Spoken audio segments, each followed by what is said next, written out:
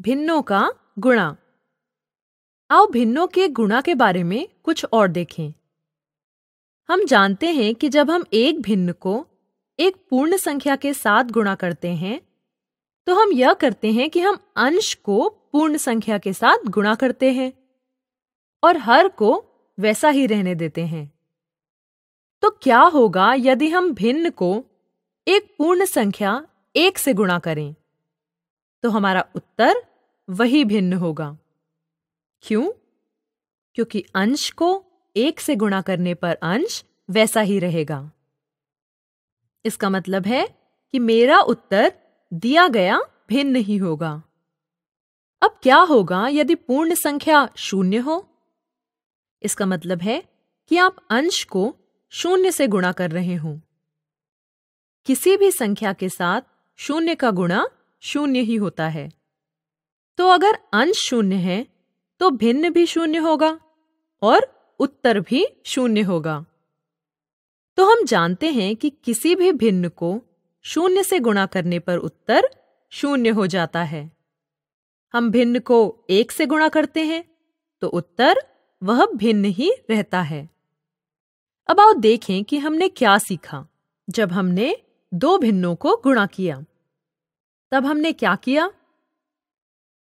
हमने अंशों को गुणा किया और हरों को भी गुणा किया। तो आप चाहे 2 भिन्न या 3 भिन्न या ज्यादा भिन्नों को गुणा करें, आप हमेशा अंशों को गुणा करते हैं और हमेशा सभी हरों का भी गुणा करते हैं।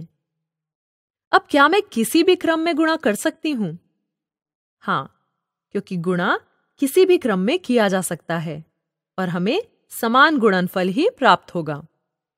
तो हमने क्या सीखा कि जब भी आप भिन्नों का गुणा कर रहे हैं तो आप किसी भी क्रम में गुणा कर सकते हैं और गुणनफल हमेशा समान ही रहता है। अब आओ भिन्नों के बारे में कुछ और देखें। आओ इन 2 युग्मों पर नजर डालें। पहला युग्म है 2/3 और 3/2 और दूसरा है 4/7 और 7/4। अब हम यहां पर क्या देखते हैं? हम देखते हैं कि पहले भिन्न का अंश दूसरे भिन्न का हर है और पहले भिन्न का हर दूसरे भिन्न का अंश है। इसका मतलब है कि मूलतः हमने दूसरे भिन्न के लिए अंश और हर को आपस में बदल दिया है। अब जब हम यह करते हैं, इस तरह के भिन्न को पहले भिन्न का व्युत्क्रम या गुणात्मक प्रतिलोम कहते हैं, जिसका मतलब है 3/2, 2/3 का व्युत्क्रम है या 4/7, 7/4 का व्युत्क्रम है। अब आओ इन 2 युग्मों को गुणा करें और देखें कि क्या होता है। तो यदि मैं 2/3 को 3/2 से गुणा करूं तो मेरा गुणनफल होगा 3 2 बार बराबर 6 और 2 3 बराबर 6। 6/6 जिसका मतलब है 1। और दूसरी स्थिति में 4 7 बार 28 होते हैं और 7 4 बार 28। तो 28/28 बराबर 1। तो इस स्थिति में मेरा गुणनफल 1 है। तो हम क्या देखते हैं कि जब एक भिन्न को उसके व्युत्क्रम से गुणा करते हैं तो उत्तर 1 प्राप्त होता है। तो इसका मतलब हुआ कि यदि मेरे पास 2 भिन्न हैं और यदि मैं इन दोनों को आपस में गुणा करूं तो उत्तर 1 आएगा। अर्थात वह 2 भिन्न आपस में व्युत्क्रम है या गुणात्मक प्रतिलोम है। अब आओ एक और उदाहरण पर नजर डालें। अब मेरे पास 1/3 है और 3/1 है। इनका गुणनफल 1 है। तो क्या मैं 3/1 को सिर्फ 3 लिख सकती हूं?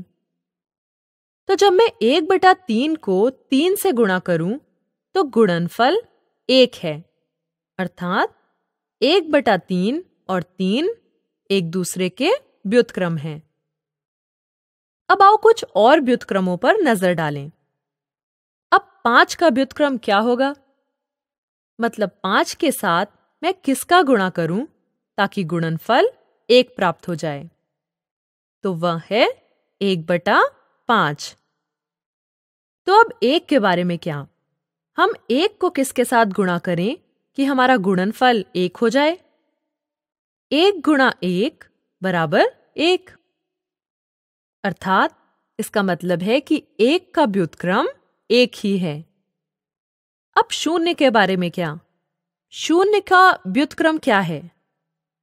क्या कोई ऐसी संख्या है जिसे 0 से गुणा करने पर 1 प्राप्त हो जाए? नहीं, क्योंकि 0 गुणा कोई भी संख्या बराबर 0।